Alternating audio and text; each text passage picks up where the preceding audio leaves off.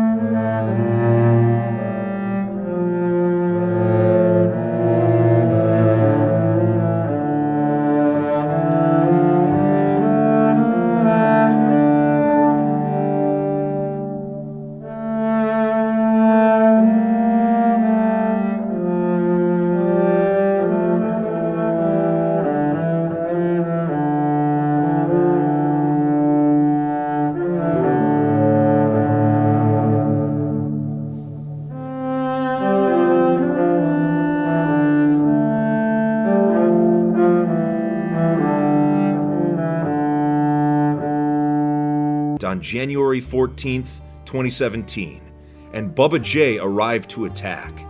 Despite 6 of the base members being online, they could not kill Bubba J.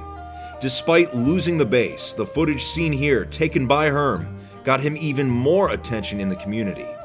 After the grief, D-Loaded took a small break from 2B2T to play on other servers, and Herm would go on to create a spawn base that became a popular place for established players to hang out. This spawn base and the concept around it was eventually turned into a fully fledged group by Hermetic Lock, the Spawn Masons. The group was originally based on players coming together in an otherwise hostile environment to build small lodges every single week, which they would then destroy after each meeting. The group had a loose set of rules that most members followed, but when D-Loaded returned from his break, he joined the Masons, and him and Herm were back together again. Not long after, I actually joined the Spawn Masons, and there were plenty of shenanigans going on.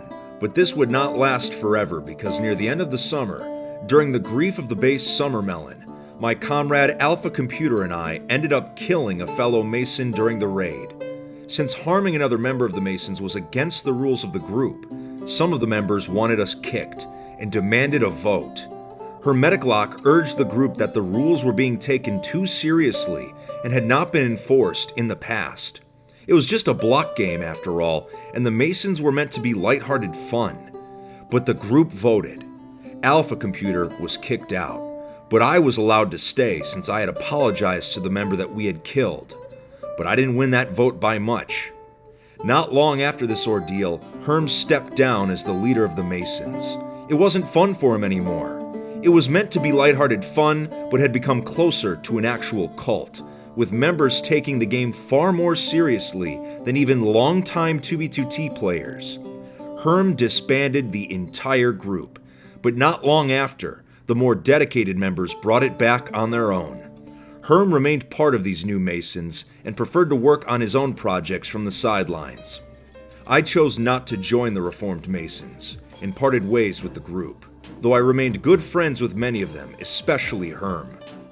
After the Mason blowout, the 12th Dawnfuhrer was griefed. Deloaded would play for a few more months before leaving 2B2T in early 2018. Over the next 2 years, both friends would have completely different experiences. Hermetic Lock would take back control of the Masons again near the end of 2018 after the group began slowly dying, and used them to work on several of his projects on 2B2T, such as utilizing baritone bots to help construct the Masonic symbol at spawn, making it the largest obsidian structure ever built on the server. Despite the group accomplishing many of these amazing feats, Herm's feelings on the Masons eventually soured. His small group that he had created for fun had become filled with players that treated this server as their lives, and he found these people insufferable. Deloaded went on to build Dawnfuhrer 13 through 17 on different Minecraft servers, but he would eventually come back to 2B2T, which brings our story to 2020 and shows just how destructive 2B2T politics can actually be. After being fed up with the Masons, Herm quietly began planning a new group, one that reflected the original spirit of the Masons, but was not to be taken too seriously. He called this group the Guardsmen, a group dedicated to choosing a single plot of land on the server and defending it from all invaders, no matter how badly it was griefed. The Guardsmen kept the Masons' original theme of brotherhood intact. The reveal of this new idea to the Masons ended up causing chaos, with members arguing fiercely with each other, accusing Herm of trying to cause civil war, which only proved his point that the group took the game too seriously. During this outrage, Deloaded had become the primary builder at a Mason base created to pass time during the quarantine, and he would go on to name the base the 18th Dawnfuhrer, continuing the tradition he had started 7 years ago. Many members of the Spawn Masons had built here, and after the group had imploded, it became their last remaining base. The 18th Dawnfuhrer was easily the most impressive, but because of its heavy association with the Spawn Masons, Hermetic Lock was disgusted by it. The base stood as an example of a creator losing control of his original creation and becoming ashamed of it. Herm decided that just forming a splinter group was not enough. A message needed to be sent. So he approached his longtime friend and told him that he planned to grief the Masons' final base. This was Hermetic Lock's declaration that the Spawn Masons were officially dead. While Deloaded was initially upset, he realized that he valued his friendship with Herm more than a Minecraft cult, so he told Herm that he would allow the base to be griefed. But 2 people would not be enough to get the job done, since the 18th Dawnfuhrer was massive. So Hermetic Lock contacted me, asking if I could help him grief the base. I rarely grief bases anymore, but since Herm has been a longtime friend, I didn't have a problem becoming a griefer for hire. Alpha Computer also expressed interest, which made us a griefing team of 4. So now, we've talked enough about the 7-year history of Dawnfuhrer. It's time to show you this base up close, just hours before we burn the place to the ground, and Herm can finally be at peace, knowing his creation is symbolically destroyed. I'm here at the 18th Dawnfuhrer about 1 hour before we grief it, so I can give you a closer look at some of the builds that you're not going to be able to fully appreciate when we grief this place. I'm currently on a world download given to me by Deloaded, so we can tour the base without my presence alerting the members, because the last thing we need is 20 people logging in at the same time. Herm told us there's 2 rules for today's grief. 1, we have to leave some ruins standing.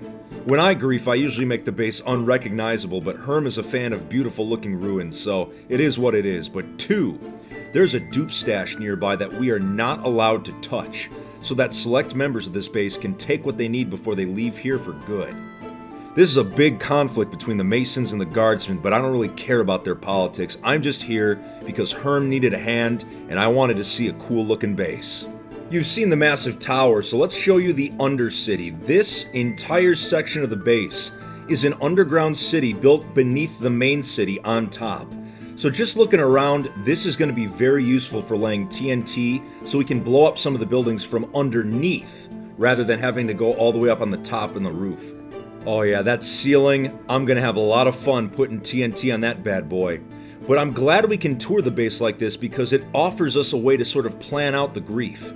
Here's the exit to the underground portion. It leads to the walls of the city on the outside. That's a pretty cool idea, I'm not going to lie.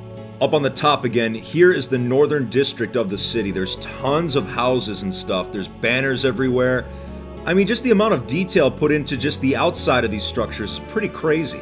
I'm glad we've taken the time to sort of look at some of these things up close, because when we're griefing, we're just going to be zooming by all this. Oh, check this out. South Corner Castle. What does it say? You actually look inside these? Well, obviously, I do. Check this sign out. Lightning.